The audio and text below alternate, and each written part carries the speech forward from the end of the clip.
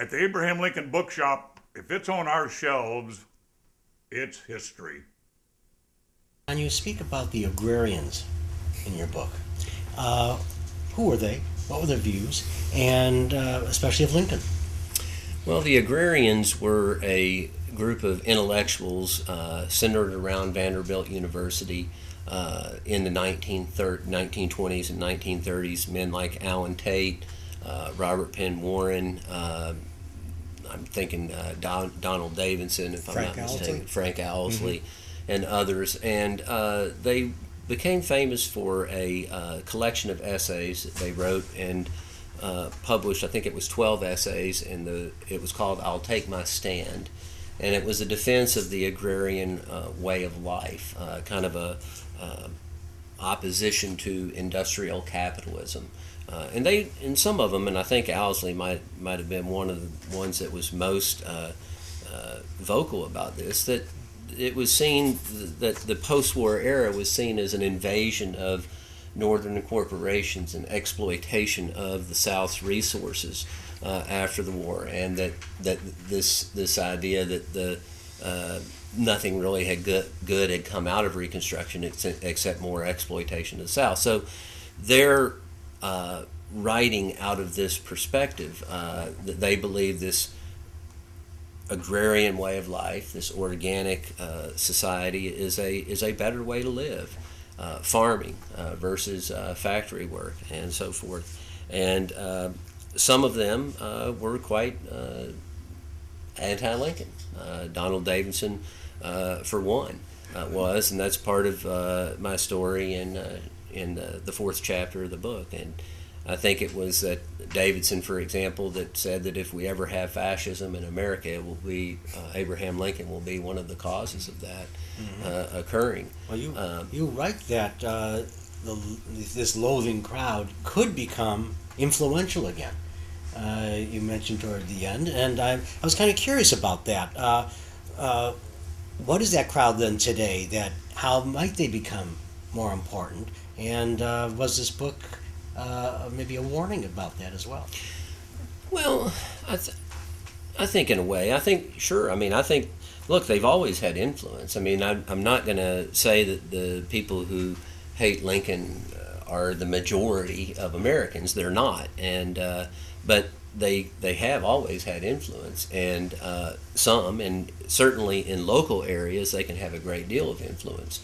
I mean, for how long in this country did we talk about the Civil War as being something that was fought for states' rights, for example, on the part of the South? And I do think some of the people that detest Abraham Lincoln today, they do have some influence. They're dedicated to propagating or promoting that viewpoint. A lot of them are associated with the Ludwig von Mises Institute in Auburn, Alabama, a libertarian institute. Congressman Ron Paul is associated with that institute. He's been quite critical of Lincoln. And I do think that viewpoint, that hostility to federal authority, that sense that the war really didn't have these idealistic motives at all, that certainly is a part of their viewpoint, or if not central to it. And just to take an example, in my own home state of Texas, there's more mention in the state teaching standards of tariffs being part of the war's causes than before. States' rights is mentioned more, if I'm not mistaken. I believe that there is, I don't know if it's a requirement or if it's recommended, that if you read Lincoln's speeches, then the students need to read Jefferson Davis's speeches. And I make the point in the book that, in a sense, that's good pedagogy, that you do want to have these opposing viewpoints. But we also have to be careful that, that they're not quite, I think, personally, they're not the same. And that what they were fighting for wasn't quite the same. So I think it has seeped into our culture, for sure. Well, Lincoln, I mean, there was habeas corpus was taken out here and there, and newspapers, as we've talked about, taken out, and all sorts of other things happening. Vallandigham is a good example of this, where Lincoln, of course, was saying famously that, should let the country and the Constitution go down for one provision. And so I'd like to ask both of you, actually, were we lucky to have Lincoln in charge instead of Napoleon or Putin? I actually did come to that conclusion because of the one instance that I already mentioned a little bit of, which is watching the suppression of churches during the war. In the War Department, Edwin Stanton, Ben Butler, Rosecrans, and others didn't even blink about going into churches, removing ministers, and placing anybody in who they wanted, against congregations' wishes. Lincoln was the one who actually stepped in and said, no, don't do this. And as I started thinking about it, I thought, okay, if he's not in that chair, if it's who? Andrew Johnson? Yeah. I don't think he's going to be the mitigator of civil liberties. Is it going to be Edwin Stanton? No, he's a participant in all of this. As I started going down the laundry list and listened to a Democrat like McClellan, that's about the only person who might have acted oddly, a little similarly in that regard. So I guess my answer is Lincoln did make a difference in that area. And lucky to have him, I Yeah. guess. I mean, that's just luck in a way. Right. Which also means I also have to admit that I'm a little, how should I put this?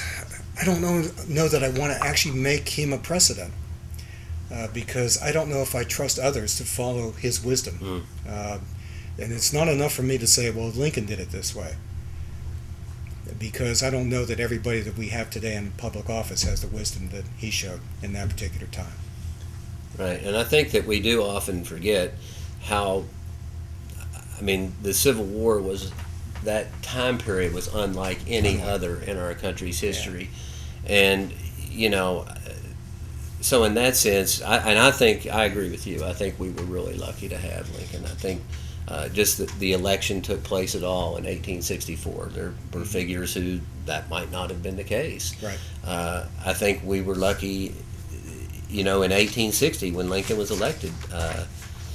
He did not want to compromise on the expansion of slavery into the territories, and there might have been other Republicans who would have done that, and that who knows how much longer slavery would have continued to exist. And so I think we were. I think one thing I wrote in the book I have to add to this on the 1864 election was, because Lincoln is often called a tyrant and related to the soldiers doing that, but tyrants, they hold elections, but they don't worry about losing them. And Lincoln worried about losing in 1864. He really thought he was going to. I don't think Stalin ever had lost any sleep at night about losing an election or anybody like that. So, Plus the persecution, if you want to call it that, that occurred at the ballot box was really confined mostly to the border states. Right. Although it did have the impact of electing anti-slavery congressmen at just the right time. Yeah, right. Yeah, that's exactly right. There's a book by Richard Franklin Bensell on voting in the 19th century that talks about that, and he claims that the interference in elections may have saved a working Republican majority in the 38th Congress. So there is that side of Lincoln, too. Well, I'm going to have the two of you begin signing some books for those who have already ordered them, and for others who will want it later on. I want to just give a few things. Please please feel free to Do you sign. want these dated or just signed? Just sign is fine. Okay. And William in South Milwaukee, we want to thank you for ordering, and Hugh in Parker, Colorado, Dan in Downers Grove, Illinois, Christopher in Clayton, North Carolina, Garrett in Lancaster, California, Kelly in Doylestown, Pennsylvania, Ann in Somerset, Pennsylvania, Paul in Nampa, Idaho, Harold in Pottsville, Pennsylvania as well, Doug in Louisville, we appreciate it, Catherine in Flagstaff, I Arizona. think Catherine, if that's Katie in Flagstaff, hello, she's an ex-student of mine. Yeah, so Very nice. You make a nice gift. I want to talk about what is coming up at Virtual Book Signing, but we appreciate so much that your publishers have sent you to us because it's because we actually sell books here, And I think publishers are finally understanding what and whom we are and the reach that we can have to the entire world out here on the web. There are so many things we did not talk about in here, and that's okay. That means you're going to have to start reading. And some of the things we didn't really talk about, for instance, in Bill's book, the Lieber Code and General Order 100, and how important that really was, and how the international law was used at the beginning of the war to talk about treason. We didn't really talk about the Maryland election in '61, and here, in fact, I had how the harshness of treason was. I'm going to read this real fast because I think it's kind of interesting. That a captain, C.E. Lippincott, who was an Army officer, told Senator Lyman Trumbull from here in Illinois, he wrote, "Magnanimity is very well, but to surrender the government bodily to the keeping of those who have not learned to be ashamed or sorry that they attempted its destruction seems something else than magnanimity to me." So there was a lot of leniency after the war, and some people were not happy with that. And so that's something that you talk about in your book, Trader's Coin. What is that? Read the book and find out. And also about King Cotton, what Sherman had to say about cotton, and how Tainted was with treason. Yeah, that's right. Well, all cotton is tainted with treason, and no title in it will be respected. Well, okay, so that's in that book as well, and very interesting. Also, how did the South define treason as opposed to how the North did? We didn't get a chance to talk about. There were so many interesting characters, John, in your book that we didn't get to as well, like Edgar Lee Masters and Albert Beveridge, who we have on our shelf here. And as well, we didn't get to Alfred Harrington, very interesting story. Alfred Harrington, and also how Jackie Robinson gets into this book. So there's a lot here that is really a lot of material in both of these that is worth getting into because it's things that we really have not spoken of in the past. So I think they're important books to get to, and I think Loathing Lincoln is actually going to make it on our Essential Lincoln shelf, and I think we should put this maybe right next to it because they really do go together. So I want to thank all of you for coming out today on this beautiful day, and all of you who are sitting at home on your couches watching the webcast. Appreciate that. And of course, the publishers who have brought you in, and the entire cast and crew here at the Abraham Lincoln Bookshop.